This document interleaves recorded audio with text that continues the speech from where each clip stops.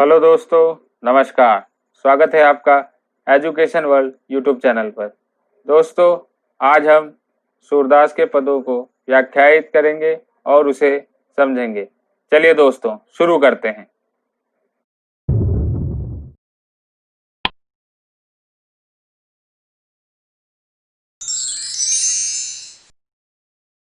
दोस्तों, सूरदास के प्रथम पद को शुरू करने से पहले हम उद्धव के विषय में थोड़ा जानते हैं।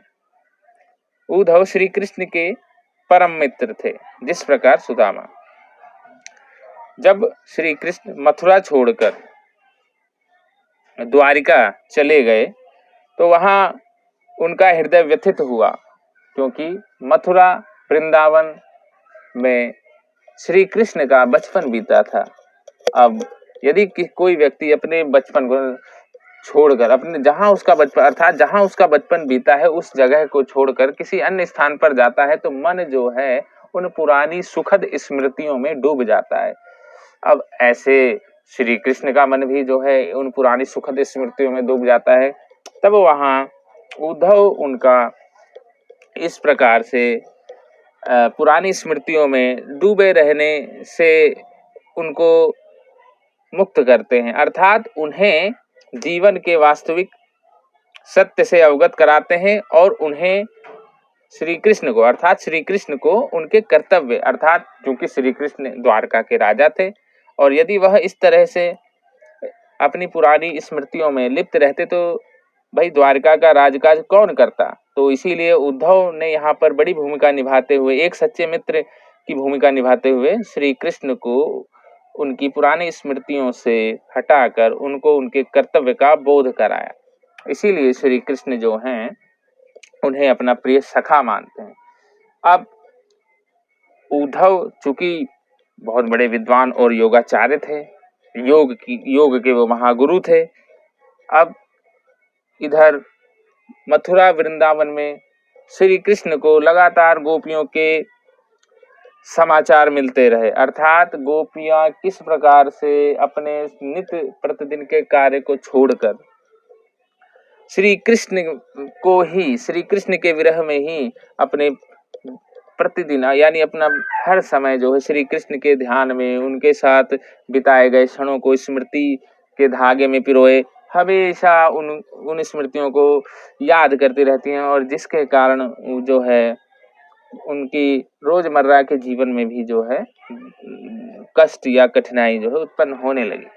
अब ऐसे समय में श्री कृष्ण उन्हें कैसे समझाएं।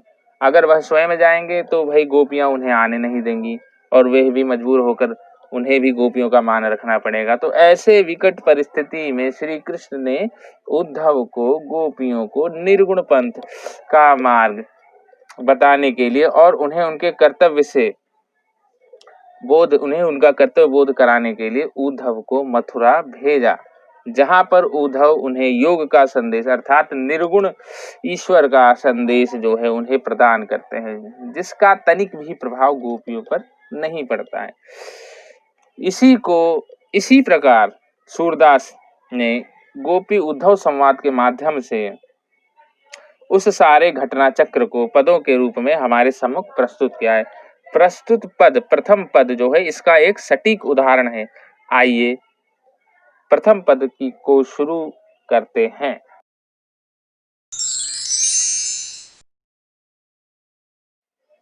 उद्धव तुम हो अति बड़भागी, अपरस रहत स्नेह तगाते, नाहिन मन अनुरागी। अर्थात हे उद्धव तुम बहुत ही भाग्यवान हो। यहाँ पर बड़भागी का मतलब बहुत ही भाग्यवान है। अपरस रहत स्नेह तगाते, नाहिन मन अनुरागी। अर्थात अपरस का मतलब अछूता। अब किससे अछूता? रहत स्नेह तगाते, स्नेह तगा यानी प्रेम रूपी धागा या स्नेह रूपी धागा। अर्थात हे उद्धव तुम बहुत ही भाग्यवान हो जो अब तक तुम स्नेह रूपी धागे में नहीं बंधे हो। तुम्हारा मन उस प्रेम से अनुरक्त नहीं हुआ है, अर्थात तुम कभी भी स्नेह के बंधन में नहीं बंधे हो, इसलिए तुम नाहिन मन अनुरागी यानी तुम्हारा मन जो है उस प्रेम के बंधन में जो है नहीं लिप्त हुआ है। अनुरागी का मतलब प्रेम से लिप्त, नहीं तो तुम हमारी विरह दशा को या विरह वेदना को समझते। चूंकि तुम्हारा मन प्रेम से ही नहीं बंधा है तो तुम हमारी विरह वेदना को नहीं समझोगे। पुरैन पात रहत जल भीतर तारस देह न दागी। अर्थात जिस प्रकार कमल की पत्तियां पानी के भीतर रहती हैं लेकिन उनमें पानी का दाग नहीं लग पाता, अर्थात प्रेम सरोवर में क्योंकि श्री कृष्ण प्रेम सरोवर हैं और तुम नित्य प्रति जो है उनके साथ रहते हो, उनके साथ उठते बैठते हो, उसके बाद भी तुम जो है उस प्रेम रूपी धागे से उसी प्रकार वंचित हो जिस प्रकार पानी के भीतर कमल की पत्तियां रहती हैं लेकिन पानी का प्रभाव उन पत्तियों पर नहीं पड़ता है। ज्यों जलमाह तेल की गागर बूंद न ताको लागी। अर्थात जिस प्रकार तेल की मटकी के जल के भीतर रहने पर भी उस पर एक बूंद जल नहीं ठहरता, उसी प्रकार तुम्हारे द्वारा ये जो निर्गुण भक्ति का संदेश दिया जा रहा है, उपदेश दिया जा रहा है, वह हमारे कृष्ण प्रेम के आगे नहीं ठहरता। अर्थात हमारा हृदय कृष्ण प्रेम से में इतना सराबोर है कि तुम्हारे ये जो थोथे उपदेश हैं ये हमें तनिक भी प्रभावित नहीं करते। प्रीति नदी में पाँव न बोरियो दृष्टि न रूप परागी। अर्थात तुमने कभी भी प्रेम रूपी नदी में, प्रीति नदी का मतलब है प्रेम रूपी नदी, प्रेम रूपी नदी में अपने आप को, अपने पाँव को नहीं डुबोया, अर्थात अपने आप को नहीं डुबोया और ना ही किसी से प्रेम किया और ना ही किसी के सौंदर्य पर मुग्ध हुए। इसीलिए तुम हमारी विरह वेदना को नहीं समझ सकते और तुम हमें निर्गुण भक्ति का संदेश देने आए हो। हम तुम्हारे इस निर्गुण भक्ति से तनिक भी प्रभावित नहीं हैं। हम कृष्ण के प्रेम में ऐसे रंगी हुई हैं जिसके कारण तुम्हारे कृष्ण भक्ति जो है, कृष्ण भक्ति के प्रेम में ऐसी रंगी हुई हैं जिसके कारण तुम्हारे योग संदेश हमें तनिक भी विचलित या प्रभावित नहीं कर पा रहे हैं। यदि तुमने भी कभी किसी से प्रेम किया होता या किसी के प्रेम के धागे में बंधे हुए होते तो शायद तुम हमें इस प्रकार का संदेश नहीं देते। सूरदास अबला हम भोरी गुर चाटी जो लागी। गोपियां आगे कहती हैं कि हम भोली भाली स्त्रियां हैं ना, इसीलिए तुम हमें बहकाने के लिए तुम्हें श्री कृष्ण ने हमारे पास भेजा है। हम लेकिन बहकेंगी नहीं। हम तो श्री कृष्ण के प्रेम में ऐसी दीवानी हो चुकी हैं जैसे चींटी गुड़ से लिपटी रहती है। अर्थात श्री कृष्ण के प्रेम रूपी गुड़ में हम गोपियां चींटी रूप में ऐसी लिपटी हुई हैं कि तुम चाहकर भी हमें कृष्ण प्रेम से अलग नहीं कर सकते। हे उद्धव, तुम अपने योग का पिटारा कहीं और ले जाओ, इस संदेश का हम पे कोई प्रभाव नहीं पड़ेगा।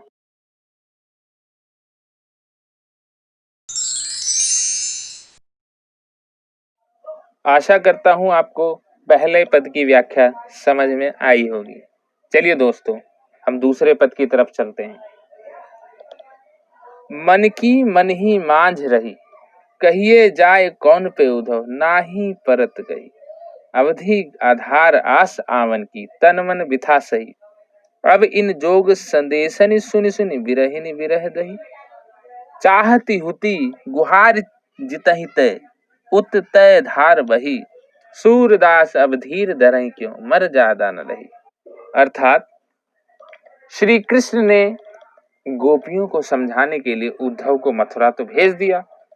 अब गोपियां श्री कृष्ण के प्रेम में ऐसी रंगी हुई थीं कि उद्धव के उपदेशों का उन पर कोई प्रभाव नहीं पड़ रहा था।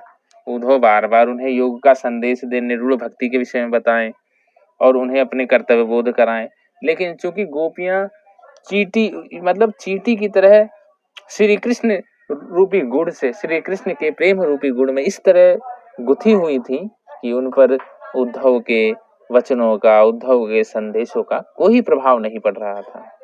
चलिए देखते हैं। मन की मन ही मांझ रही, अर्थात श्री कृष्ण से मिलने की आशा हमारे मन के भीतर जो है वह रह गई। कहने का मतलब यह है कि मन की मन में मांझ रही, अर्थात श्री कृष्ण से जो मिलने की हमारे भीतर जो एक जिज्ञासा, आशा थी, वह हमारे मन के भीतर ही रह गई है। कहिए जाए कौन पे उद्धव, ना ही परत कहे। अर्थात हम जो है अपनी व्यथा किससे कहें। अब व्यथा हम कह भी नहीं सकते क्योंकि तुम्हें श्री कृष्ण ने हमें समझाने के लिए भेजा है। तुम अपने उपदेश को देते रहो। तुम्हारे इन योग के निर्गुण भक्ति के उपदेश का हम पर कोई प्रभाव नहीं पड़ेगा, क्योंकि श्री कृष्ण के प्रेम रूपी परत हमारे ऊपर चढ़ चुकी है। ये परत इतनी मोटी हो चुकी है कि तुम्हारे ये योग रूपी संदेशों का हम पर कोई प्रभाव नहीं पड़ रहा है। अवधि आधार आस आवन की, तन मन बिथा सही। हमें लगता है श्री कृष्ण ने तुम्हें भेजकर हमारी उस आशा को तोड़ा है जिसमें हमें यह लगता था कि श्री कृष्ण से हम मिल पाएंगे। अर्थात अवधि आधार आस आवन के, तन मन बिथा से, अर्थात हमारे शरीर ने, हमने अपने शरीर को तुम्हारे आने की आस पे इतना कष्ट दिया है कि अब तुम्हारे इन योग संदेशों का हम पर कोई प्रभाव नहीं पड़ रहा है। तुम्हारे योग संदेश यह थोथे हैं। तुम्हारे इन योग संदेशों को सुनकर हमें ऐसा लगता है कि हमने व्यर्थ ही कृष्ण से मिलने की उम्मीद में अपना सारा समय गंवाया। हमारे तन मन में विरह की आग को जो सहा है, अब तुम्हारे इस योग के इस उपदेशों और श्री कृष्ण के न आने की बात सुनकर हम विरह की अग्नि में और अधिक जल उठे, क्योंकि अब इन योग संदेशन सुन सुन विरहनी विरह दई, अर्थात तुम्हारे इन योग के संदेशों को सुनकर जो है हमारी विरह व्यथा और बढ़ चुकी है, यानी विरह की अग्नि में हम और जल चुके हैं। क्योंकि अब तो हमने श्री कृष्ण को कभी न त्यागने का पक्का इरादा कर लिया है। चाहती हुती गुहार जीतहिते उड़ते धार बही, अर्थात हम तो विरह की अग्नि में रक्षा करने के लिए श्री कृष्ण को पुकारना चाहते थे, लेकिन यहाँ तो योग की धारा बह रही है। अर्थात चाहती हुती गुहार जितहिते उतते धार बही, अर्थात हम इस विरह की अग्नि को शांत करने के लिए श्री कृष्ण के आने की आस लगाए हुए थे, लेकिन तुम्हें श्री कृष्ण ने भेजकर और तुम्हारे द्वारा दिए गए, यानी हम जिधर भी आस लगाए बैठे हैं उधर तुम्हारे ये जो योग संदेश है, यानी तुम्हारे योग संदेशों की धार जो है उधर बह निकलती है। अब हम कैसे धैर्य धारण करें? सूरदास अब धीर धरहि क्यों, मर जादा न लही, अर्थात अब हम धैर्य कैसे धारण करें? हमारी तो मर्यादा भी नहीं रही। अर्थात हम तो श्री कृष्ण प्रेम में इतने दीवानी हो चुके हैं कि अपनी सामाजिक मर्यादा के बंधनों को भी छोड़ चुकी हैं।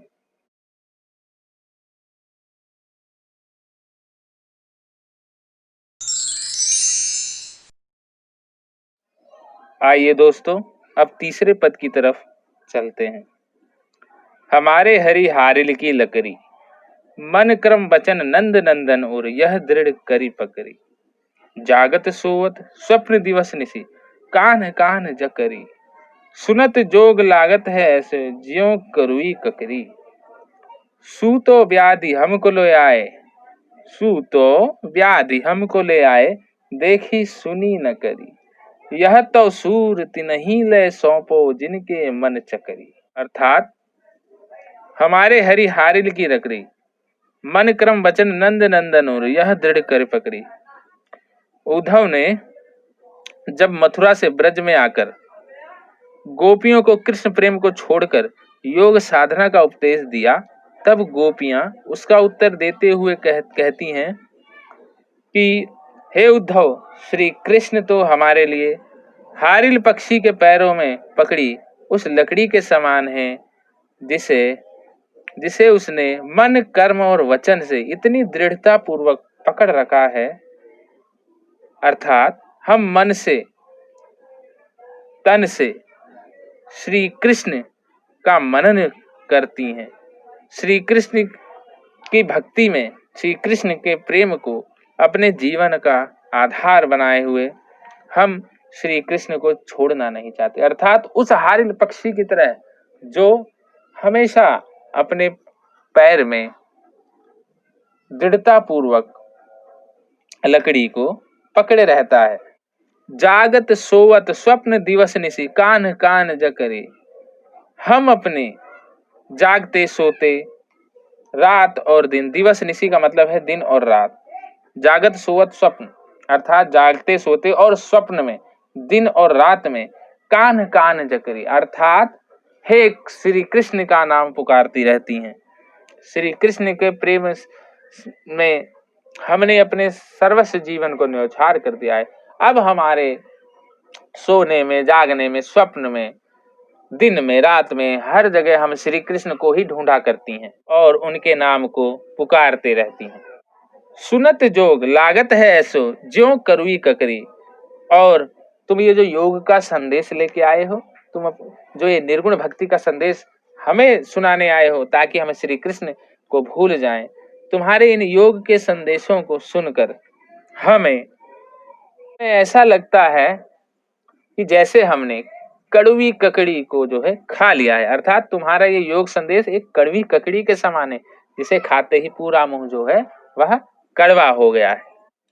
सू तो व्याधि हमको ले आए देखी सुनी न करी। अर्थात यह कौन सी बीमारी, अर्थात यह योग संदेश, यह निर्गुण भक्ति रूपी कौन सी बीमारी तुम ले आए, जिस आज से पहले हम इस प्रकार योग की, निर्गुण भक्ति की बीमारी को इससे पहले हम लोगों ने नहीं देखा था। तुम ये कहां से ले आए उद्धव? यह तो सूर तिनहि ले सौंपो जिनके मन चकरी। अर्थात गोपियां उद्धव से कहने लगी कि हे उद्धव, यह योग साधना का संदेश तुम उन लोगों को जाकर दो जिनका मन चक्री के समान निरंतर चलता रहता है, अर्थात स्थिर नहीं रहता। यह योग संदेश तुम उन लोगों को जाकर कहो जिनका मन चंचल है। हमारा मन तो श्री कृष्ण के प्रेम रूपी सरोवर में स्थिर है। हम उस प्रेम रूपी सरोवर में स्थिर कमल के समान है।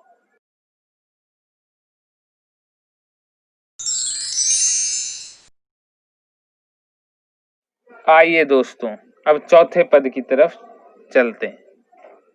हरि है राजनीति पढ़ी आए, समझी बात कहत मधुकर के, समाचार सब पाए।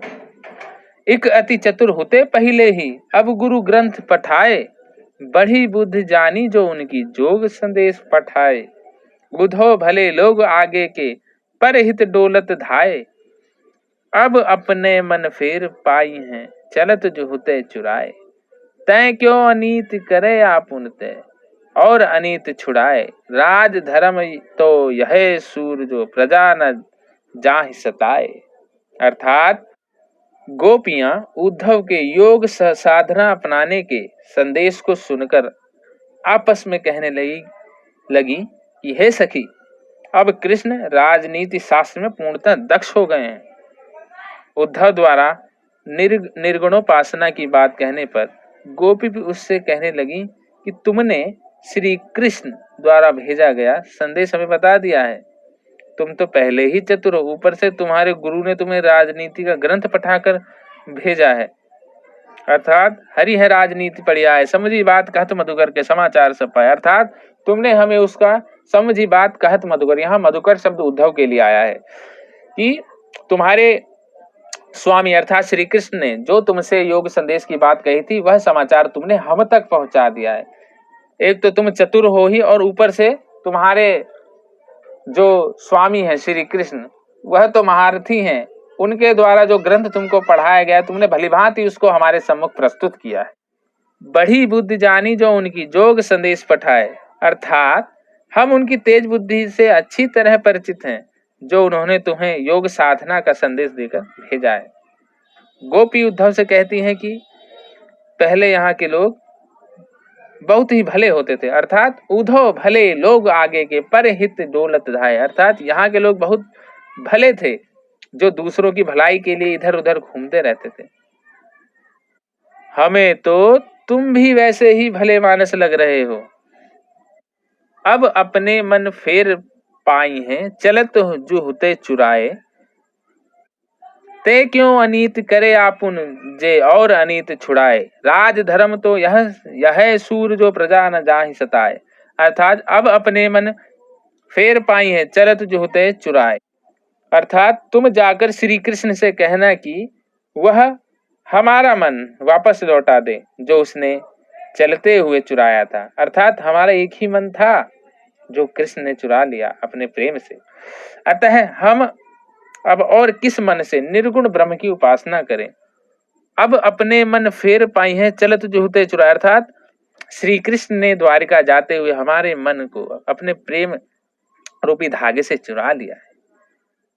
अतः उनसे जाके कहना कि हमारा मन वापस करें, हमारा एक ही मन था।